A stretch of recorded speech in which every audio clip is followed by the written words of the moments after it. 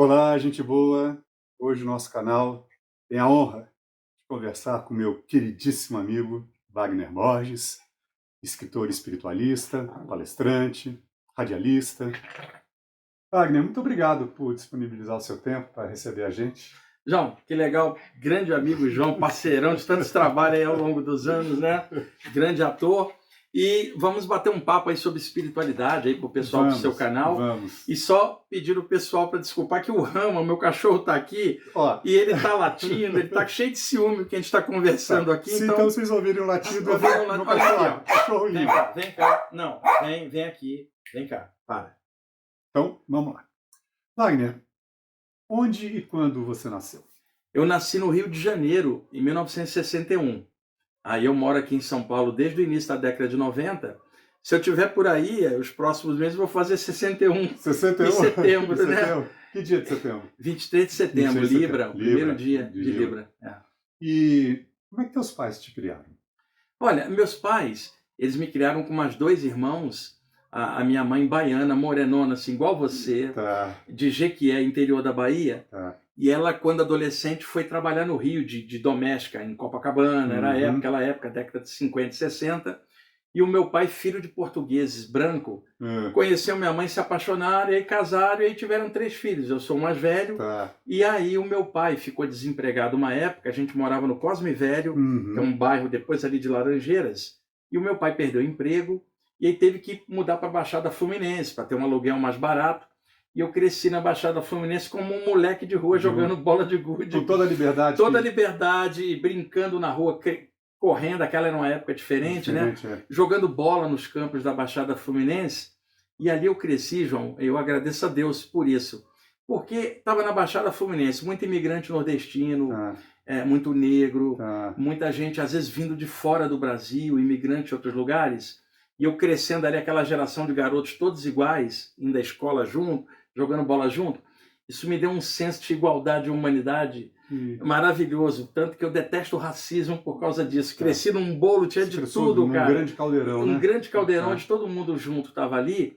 E isso me deu suporte humano para depois, quando eu comecei a ter experiências espirituais, eu usar essa base de humanidade, de igualdade das coisas, aplicada na parte espiritual. Raman, olha, vem cá. Para. E, Wagner, assim, na sua infância, na sua adolescência, você tinha algum sonho para a tua vida, de fazer dela? Olha, João, na verdade, eu comecei muito cedo, com 15 anos, tendo experiências fora do corpo espontâneas durante o sono. Era a década de 70, não tinha muito material sobre isso. Nessa época, com 15 anos, eu era office boy num escritório no centro do Rio de Janeiro. Eu trabalhava desde os 14 e fazia o 2º grau à noite.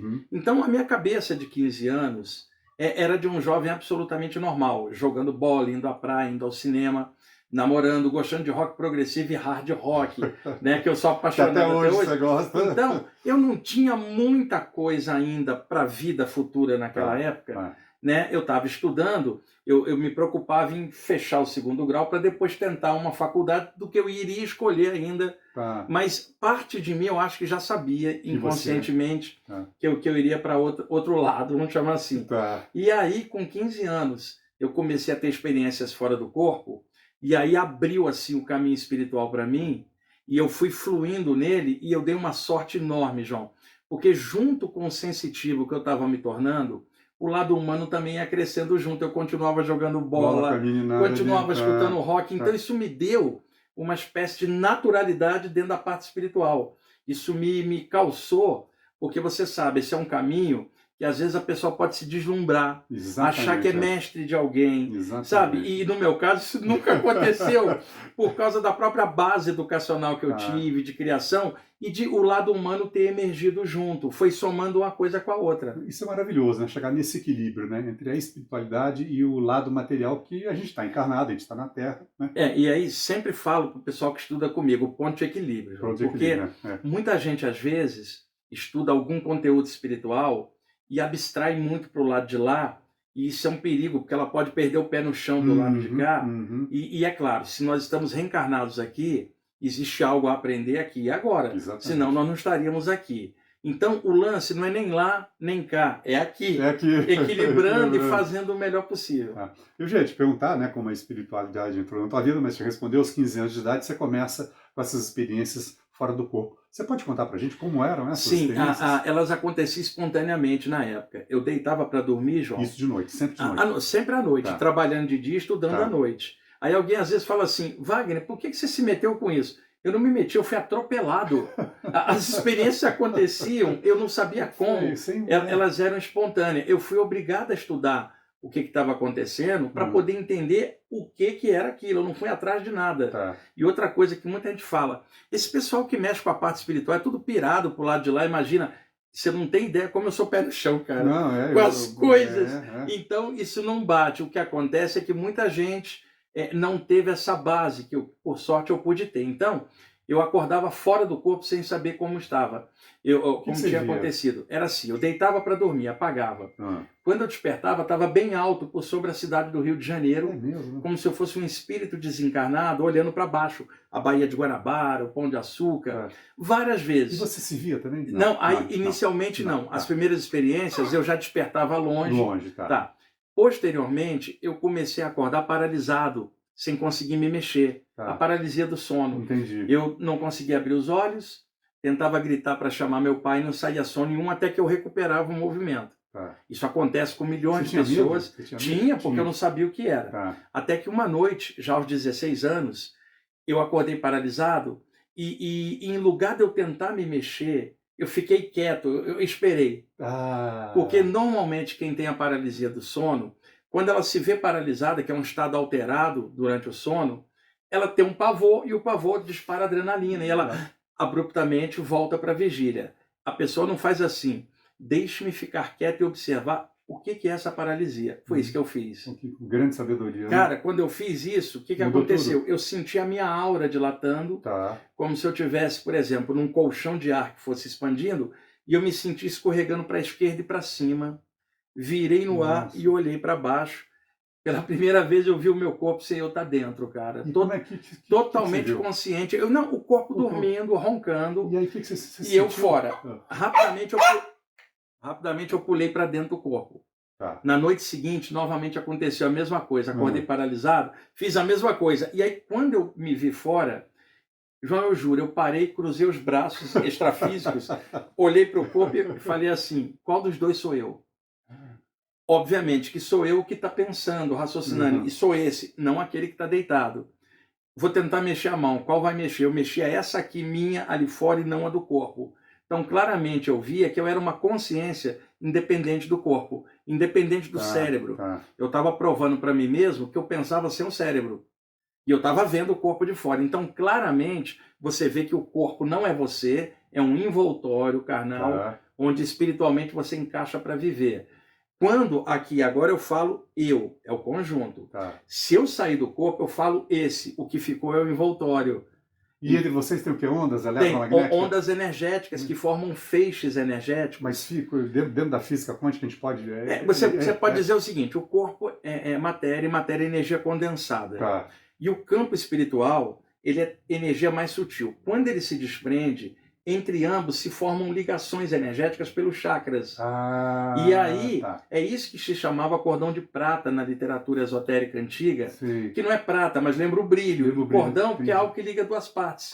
E aí, quando chamado de cordão de prata por metáfora, muita gente ficou com medo dizendo, e se romper? Não é uma corda, é energia. E ela só se rompe na hora da morte do corpo, quando chegar a hora. Eu até brinco, não é sair do corpo que vai te matar, é estar dentro de um. Porque um dia você entrou e um dia você vai sair. E aí eu comecei a me acostumar com essas experiências e comecei a atravessar a parede e ver a rua vazia, 3 horas da manhã. Às vezes eu deitava e dormia e já acordava longe, fora do corpo. E quando você via a Baía de Guanabara, você via coisas que aconteciam lá? Não. Eu ficava bem alto. Eu via a enseada de Botafogo. Eu via a geografia do lugar, porque era muito alto. Agora, subia do oceano ondas de energia, cara. Eu me sentia vivo, eletrificado, consciente, mais do que eu estou aqui agora. Entendo. E a sensação de liberdade... Porque o corpo sutil, quando sai, não é afetado pela gravidade. Esse corpo sutil, João, ele ganhou muitos nomes ao longo da história. Corpo astral, perispírito, psicossoma, corpo espiritual. É que cada doutrina que estudava esse tema abordava de forma diferente, criava nomenclatura diferente, mas é a mesma coisa. E o nome popular, viagem astral, experiência fora do corpo, são muitos nomes para isso. Naquela época, eu não conhecia nada disso, eu estava sendo atropelado por essas experiências. Desculpe, então, quando você via na rua, você sentia também energia vindo da rua? Não, da tua casa? Não, era diferente. Quando eu estava bem alto por sobre o mar, você via da natureza. Era o prana das ondas que subia a energia. E da rua da tua casa? Na rua não, na rua era energia normal. Quando você está perto de um ambiente de natureza, você sente a diferença da energia, João. Porque você está com um campo energético mais sutil que a matéria.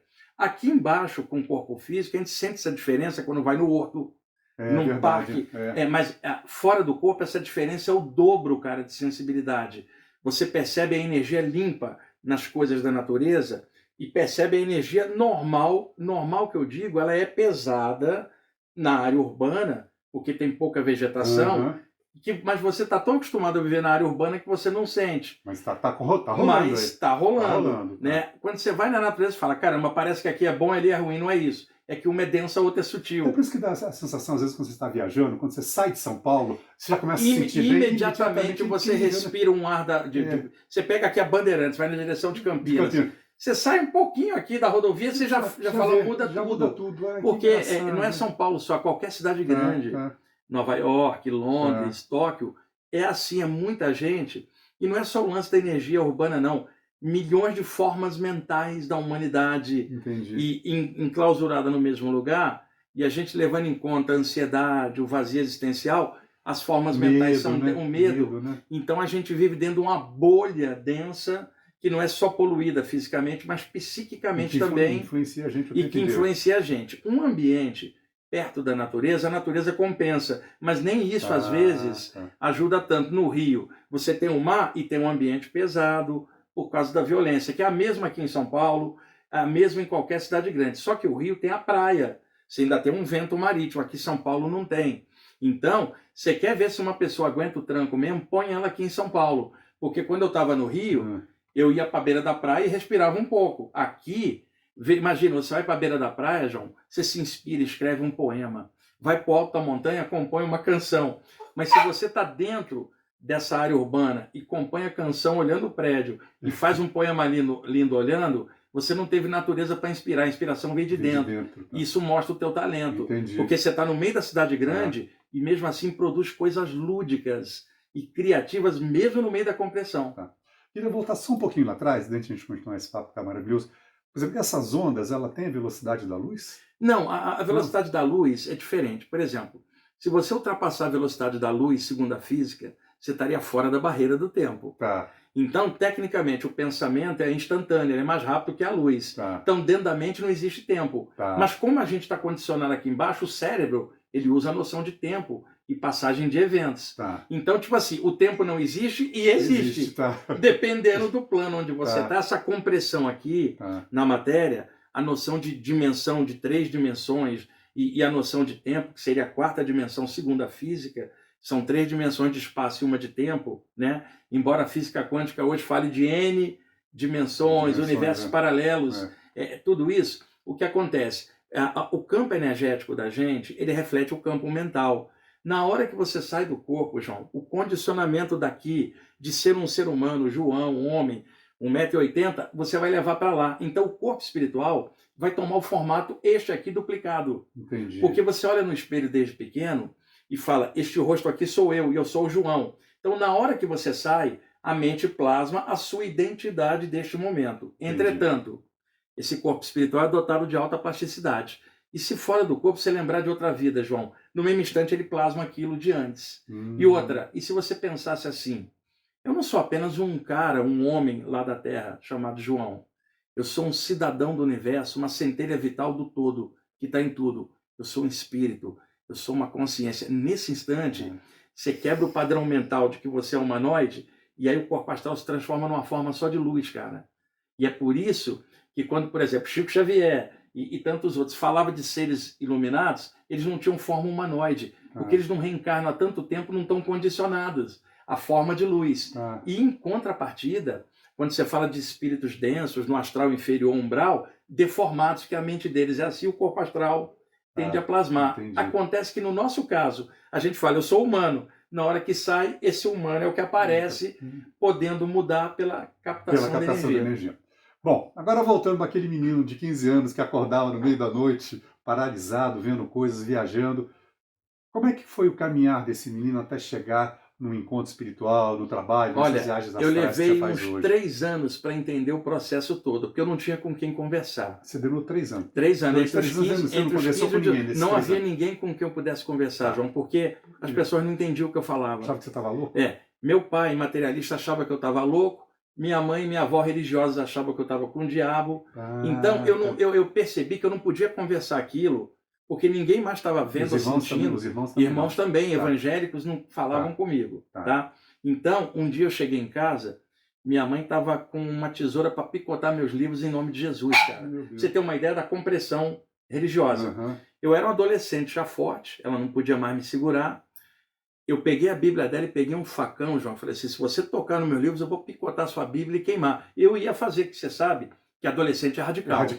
E outra, era que estava me agredindo. Eu não estava procurando o livro dela, ela queria queimar os meus. Exatamente. Minha mãe sabia que eu ia fazer, falou assim, nunca mais eu toco nos seus livros. Nunca mais eu toco na sua Bíblia. Estamos entendidos?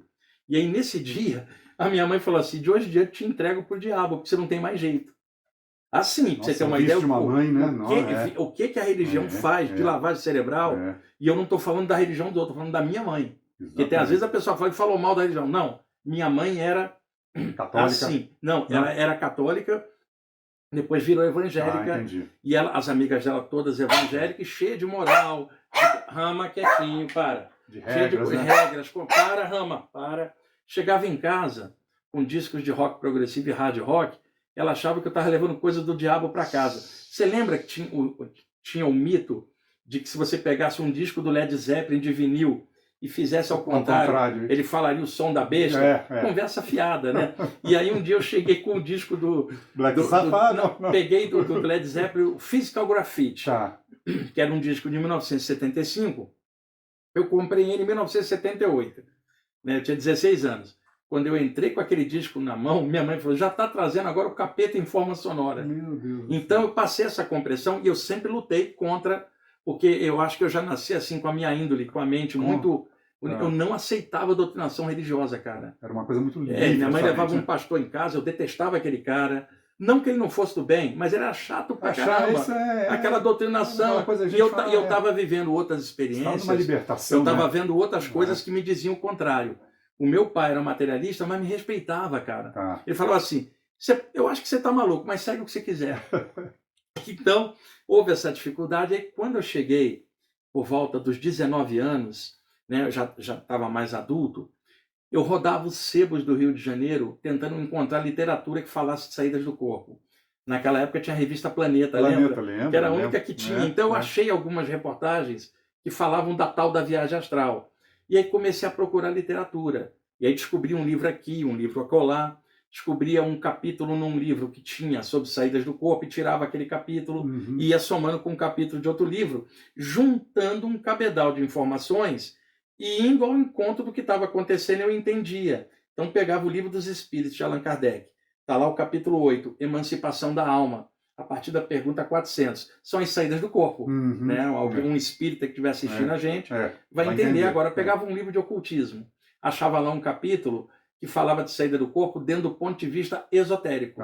Pegava um livro de teosofia, tinha ali um capítulo, pegava um enfoque teosófico, mas eu não queria doutrinação, eu queria a informação. Entendi. Eu ia somando e vendo e testando nas minhas experiências se aquilo acertava ou não. Então, eu notava que muita coisa ia ao encontro e outras coisas não tinha a ver. O que não tinha a ver, João? Você quer sair do corpo, se vista de branco.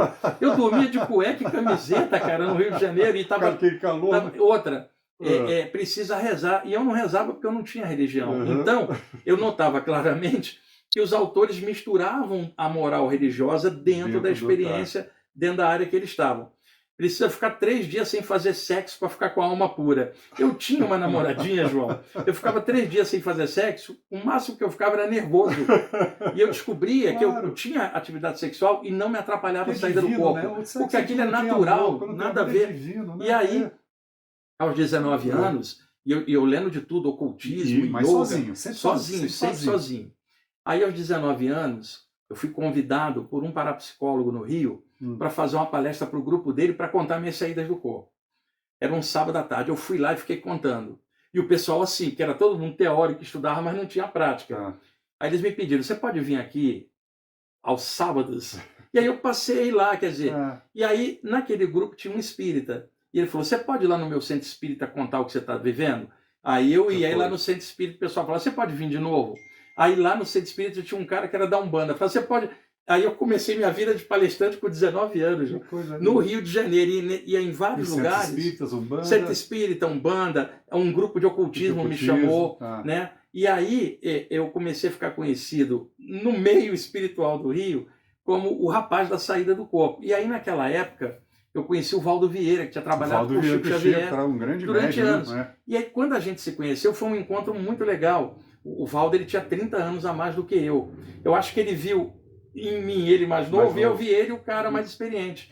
E aí, naquela época, o Valdo, ele estava formando um grupo de estudos de saídas do corpo. Olha só. E aí ele me chamou, eu era o único jovem do grupo. Todos eram acima dos 50. E aí chegava nas reuniões e o Valdo falava, conta uma daquelas experiências aí, vai. E aí, com o tempo, a gente começou a expandir essas palestras. O Valdo também começou a dar palestra em aberto. Ele tinha saído do movimento espírita, estava se devotando ao trabalho da projeção, da saída do corpo, e aí a gente começou a fazer palestra. Aí no ano de 1982, mais ou menos, eu estava frequentando a Fraternidade André Luiz, no Rio de Janeiro, as sessões de desobsessão. E aí o que aconteceu? Eu que estava tendo as saídas do corpo assim espontâneas, vez ou outra eu vi um espírito aqui, outro lá, e apareceu um grupo de espíritos para mim, e eu vi eles com frequência. Quando eu falo espíritos, não é bolinha de gás, pessoas. E falam. Telepaticamente. Pessoas conversam, mas você vê através deles, diáfanos. Eu já via. Quando eu fui para a Fraternidade André Luiz em 1981, e ali eu comecei a frequentar as reuniões de desobsessão, onde entidades acoplavam para receber orientação, João, eu comecei a ajudar. E aí ia para casa e dormia. Durante o sono, quando eu saía do corpo, eu conversava com os espíritos lá que eu tinha conversado na sessão. Acoplado. Então eu descobri que a sessão continuava do lado de lá. E aí isto ampliou minhas saídas do corpo, né? Com um ano de sessão, a minha mediunidade começou a aflorar. Eu começava a sentir a sensação dos espíritos. Já não podia mais falar porque eu já estava envolvido. Quando a mediunidade foi desenvolvendo, a saída do corpo ela intensificou. Porque os próprios caras que passavam aqui pela mediunidade eu encontrava lá fora. Então a sessão era dividida em duas partes. Nessa altura, as reuniões que o Valdo Vieira fazia no apartamento dele em Ipanema, ele queria expandir, mas lá não tinha espaço. E o condomínio do prédio estava incomodado de pessoas estarem indo lá aos sábados. Né? Aí nós levamos o Valdo para a Fraternidade André Luiz. E aí o Valdo durante anos fazia as palestras aos sábados de tarde, saídas do corpo, e eu fazia também, alternando aos sábados. Isso, olha, tem 40 anos, João. Eu comecei muito cedo. Então, aí sim eu encontrei outras pessoas para conversar, mas mesmo assim, nos lugares onde eu ia, todo mundo morria de medo da saída do corpo. Diziam assim, cuidado, você pode morrer fazendo viagem astral. Cuidado, você sai do corpo, uma entidade entra no seu corpo. Tudo mito, cara, que se falava desde a antiguidade, numa época que não tinha muita informação. A essa altura, da década de 80 em diante, começaram a sair vários livros de saídas do corpo no Rio, no Brasil, traduzidos do inglês. Então começou a florescer uma literatura de livro de saídas do corpo. Então outras pessoas começaram a aparecer, conversar. Mas isso é uma época sem celular, sem WhatsApp, sem internet. Então o que tinha? Informações eram os livros e as palestras e encontros que a gente fazia naquela ocasião. No Rio, alguns grupos aqui em São Paulo. E eu então comecei a fazer essas palestras aos 19 anos. E não parou mais. E não parei mais. E era todo dia, sua viagem astral era todo dia? Ela é praticamente todo dia, João, porque ficou meio no automático. Pelo seguinte, é até bom a gente conversar sobre isso. Suponha que você está tendo saídas do corpo. São anímicas, é o teu potencial, não é mediúnico. Você, como ser encarnado, tem um monte de potenciais que independe do mundo espiritual. Você é um espírito, você tem potencial. À medida que eles vão emergindo, são seus, são anímicos, tá? Quando vem um ser espiritual e interage sobre você, isto é mediunidade, porque tem um terceiro agindo sobre você. Aí a palavra médium do latim intermediário. Quando o fenômeno é seu, é seu. Quando ele é produzido por uma entidade através de você, aí ele é mediúnico. Então você tem um potencial anímico e um potencial mediúnico. Então a saída do corpo, inicialmente, ela é anímica. porque você está encaixado, você pode desencaixar. Quando você desperta a mediunidade, que é uma abertura diferente, seres espirituais começam a interagir nas tuas saídas. Elas começaram solo. Na mediunidade é você com banda. Para fazer uma analogia. Entendi. Então, durante muito tempo, grupos que trabalhavam só a parte anímica sempre diziam que saída do corpo era solo, não tinha spirits. E grupos mediúnicos sempre achavam que era mediunidade e nunca achavam que o potencial era teu. E na verdade é uma mescla. O potencial é anímico, mas ele pode sofrer interação do mundo espiritual, dando um mix. Então eu tinha as experiências durante anos. Quando a minha mediunidade abriu e eu comecei a trabalhar ela nas sessões de desobsessão, o que acontecia? Você está na tua casa, João. Você tem sua assinatura energética, seu ambiente. Você começa a frequentar um grupo. Aquele grupo tem mentores extrafísicos que superintendem a egrégora, a atmosfera do grupo. Eles vão começar a mapear a tua assinatura energética, que agora você é um frequentador da casa. Então, antes, você tinha uma saída do corpo sozinho. Agora, no meio da noite, eles aparecem no teu quarto. Para ver o que você está fazendo. Porque eles conhecem a assinatura energética tua e eles começam a interagir. Então, mesmo no dia que você animicamente não faria nada, eles interferem com você e te levam. Então, agora já não é mais o que você quer fazer, é o que o conjunto direciona, do qual você faz parte. E aí, por necessidade, nesse mundão, com tanta gente doente, estranha e mal, a saída do corpo, mesmo quando você não está pensando nisso, ela vai ocorrer porque você é levado para aplicar energia. E por que isso, João? Por exemplo, suponha que você é um espírito desse aí perdido aí na noite, apegado. Vem um mentor, ele aplica um passe, a energia dele é muito sutil, ela te atravessa. Então o que ele faz? Busca uma pessoa fora do corpo, essa pessoa está fora do corpo, mas está conectada ao corpo por filamentos energéticos, e ela é mais densa do que o mentor e mais próxima da entidade que está presa. Entendi. Então, o mentor passa energia para ela, ela repassa, não passe. Isso solta o cara para o lado de lá. Entendi. Então, é por isso que se usam médiums, entre um mentor e aquele ser, é você no meio, intermediário. Então, nas saídas do corpo, quando você é médium, ou curador, ou trabalha em algum lugar, as saídas do corpo você já não consegue direcionar. Porque às vezes você quer ir para lá, você é levado para o outro lado para ajudar alguém que desencarnou e está mal. Então isso é praticamente todo dia num planeta onde todo dia desencarna um monte de gente com tanta carência. Então eu costumo dizer, entrou nessa área, que não seja só como turista projetivo, mas virando um trabalhador, cara. E eu não estou falando de doutrina, estou falando de compromisso dentro, acaba rolando todo dia, mesmo que você não queira. É de domingo a domingo, porque E outra, o contato que se tinha, como é que se falava, João? O médium vai numa reunião uma vez por semana, ou duas. Então você achava que ele era médium só ali. Você tem uma reunião e tem um grupo. Você vai 2 vezes por semana. Dormir, você dorme toda noite, 7 dias por semana. Então o mentor, ele não vai esperar você ir até semana que vem na sessão. Precisa da tua energia hoje, porque tem alguém mal no teu bairro. Ele vem buscar você. Porque então a saída do corpo, ela dá uma elasticidade que o médium na reunião não tem. Porque ele está localizado num espaço, num dia, numa hora. A saída do corpo, você está 7 noites, toda semana, o ano inteiro, a vida inteira, que eles podem chegar a interagir. Só que antes, os médiuns que sabiam disso, ou ocultistas também, não falavam isso tão em aberto. O tempo foi passando por causa de caras como o Valdo Vieira, que abriu o tema. Eu e outros dando palestra, começou-se a falar mais disso. Aí quando a internet chega, muita gente começou a falar disso. Só que o papo que a gente está tendo aqui, saídas do corpo com responsabilidade, com trabalho, e não brincadeirinha mística, ou tentar sair para provar para os outros, vem aqui na minha casa ver o objeto. O tempo que eu vou estar indo lá provar aquilo, que vai provar a dúvida do outro, que não é minha, eu vou ajudar um cara que morreu assassinado aqui no bairro. Então, muita gente entra nessa área com uma leviandade enorme. E eu não estou dizendo que a pessoa tem que ser anjo ou santo. Você tem que ser o que você é, normal. Mas existe uma responsabilidade nisso, cara. Quando você percebe que você pode passar energia, que você pode emanar pensamento, teus chakras abrem. Cara, nada vai ser o mesmo depois. Mas não que você vai virar um missionário ou um anjo, porque você vai pagar boleto todo dia, você está encarnado, você vai namorar, você vai ao cinema, vai jogar boliche, vai ali no centro da cidade como um ser humano normal. Você vai andar de bermuda e chinelo, você vai caminhar lá no Trianon, perto da sua casa, no parque, você vai de bermuda, você não vai de turbante. Então, o que acontece? Quando eu falo de responsabilidade, o conhecimento que você tem dentro, não é um lugar que você vai, ou uma doutrina. É estado de consciência. Então, a espiritualidade... É estado de consciência. É estado de consciência, cara. Você não vai buscar lá, ela é portátil. Céu e inferno estão dentro, é o que você faz. Na saída do corpo, eu pude encontrar uma alegria que eu nunca encontrei aqui, porque não tem nada que te pague, cara. Você pegar, por exemplo, alguém que desencarnou de Covid, você é levado para dar um passo e soltar ela. Aquela pessoa é um chefe de família, que a família está chorando.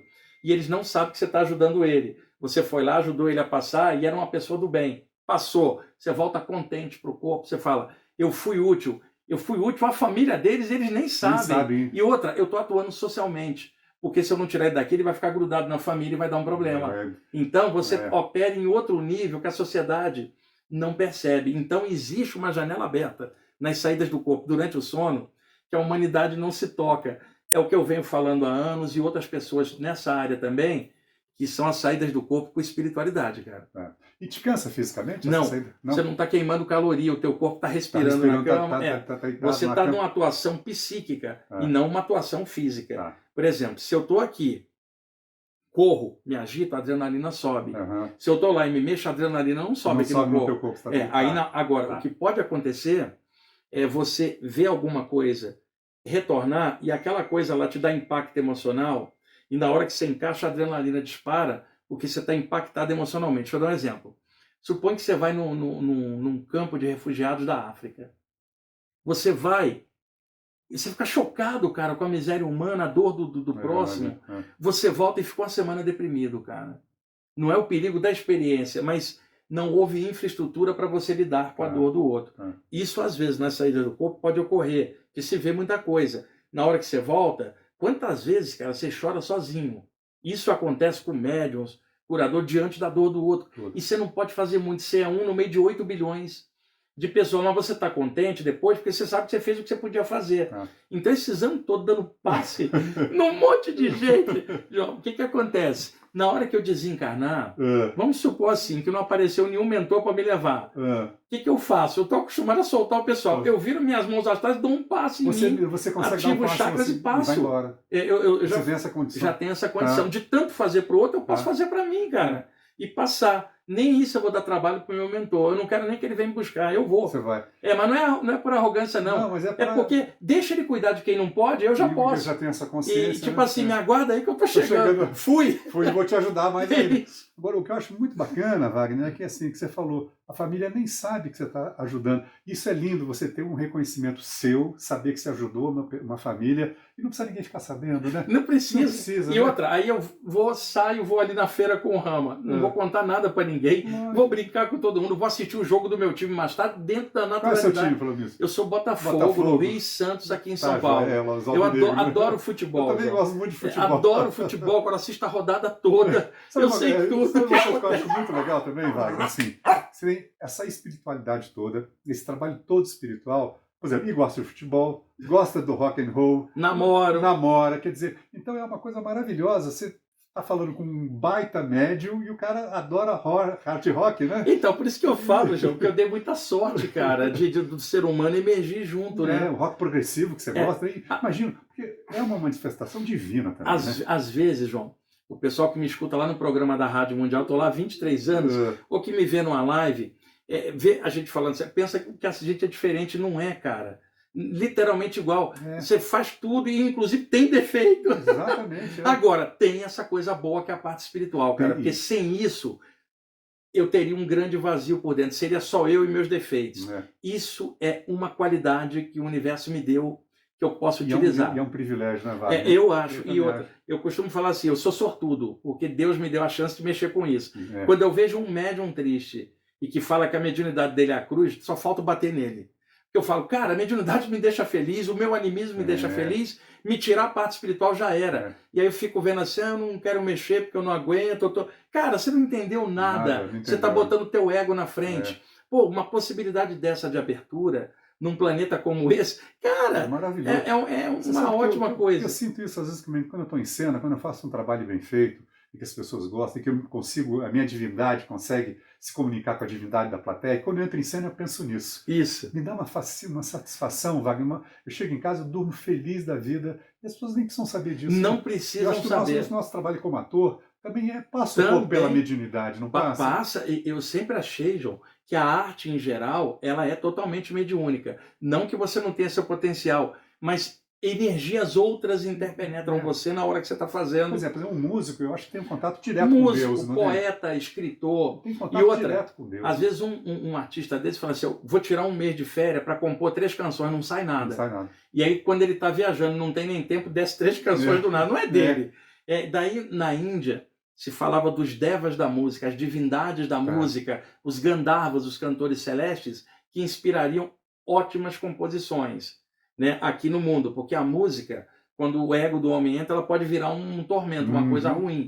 Mas a música de qualidade, no gênero que for, uma inspiração, parte dela vem do alto. Com certeza. Na área da arte, da pintura, da escultura também, e também na área do teatro, da dramaturgia. Uma vez eu fui fazer o Gandhi lá no teu espaço e a gente fez um debate depois. Eu lembro que uma pessoa te perguntou: o Gandhi fica do lado do João quando ele está fazendo a peça? A tua resposta eu adorei. Você falou: não, abre um portal de energias gandianas e vem um monte de gandinhos ancorando o cara ali na hora que ele está fazendo. Né? Você pega alguém que é um ícone, uma referência, do lado de lá vão ter outras consciências associadas a ele. Já estavam aqui, mas ninguém sabia. Do lado de lá. Alguns deles podem plasmar aquela referência e você está plasmando o personagem aqui, então você e eles estão iguais. Naquela hora, uma corrente de energia se forma, não precisa ser espacialmente junto, ela pode ser por sintonia de um plano para outro. Eu achei bárbara essa sua resposta. Bom, gente, esse papo aqui era para ter 2, 3 horas, quem sabe a gente faz uma outra entrevista. A gente faz uma outra mas hora. o nosso tempo está terminando. Wagner, você quer deixar alguma coisa, algum canal que as pessoas possam te encontrar, falar onde você faz o seu trabalho? Olha, é só entrar no Google, clicar Wagner Borges, vai abrir site, Instagram. Tem um trabalho maravilhoso. O YouTube tem muitos vídeos. Há umas aulas maravilhosas sobre viagens astrais, e tem livros para baixar no meu site gratuitos também. Então assim, o recado final que eu dou virou padrão, eu sempre falo isso. Pessoal, se não for para ser feliz, não adianta mexer com a parte espiritual. João, muito obrigado. De novo, muito bom te ver. Rama, muito obrigado. Vem cá, Rama. Vem mostrar. Vamos mostrar o Rama pro pessoal. Vem cá, rapaz. Deixa eu pegar ele. Vem cá. Segue ele aqui, João. Ele é levado esse cara. Olha o Rama aqui, que lindo. Olha esse que cara participou que tá da live com a gente. Aqui, ó. Oba! Gente. Tá enciumado, não tá conversando com o João aqui, ó. Wagner Borges, muito obrigado. Você viu só, pessoal, que tem um quadro lá atrás, tá vendo? Que coisa. É um serzinho Yorkshire vestido de manto. E ali e ali é Jesus, aqui é Krishna. Aqui em casa tem de tudo, Iemanjá, Pai Joaquim, Buda. Então, esse ecletismo, essa sincronicidade que você traz, Wagner, é muito legal. Futebol, rock and roll, espiritualidade, viagem astral, é tudo isso. Gente, até mais. Até mais, namastê.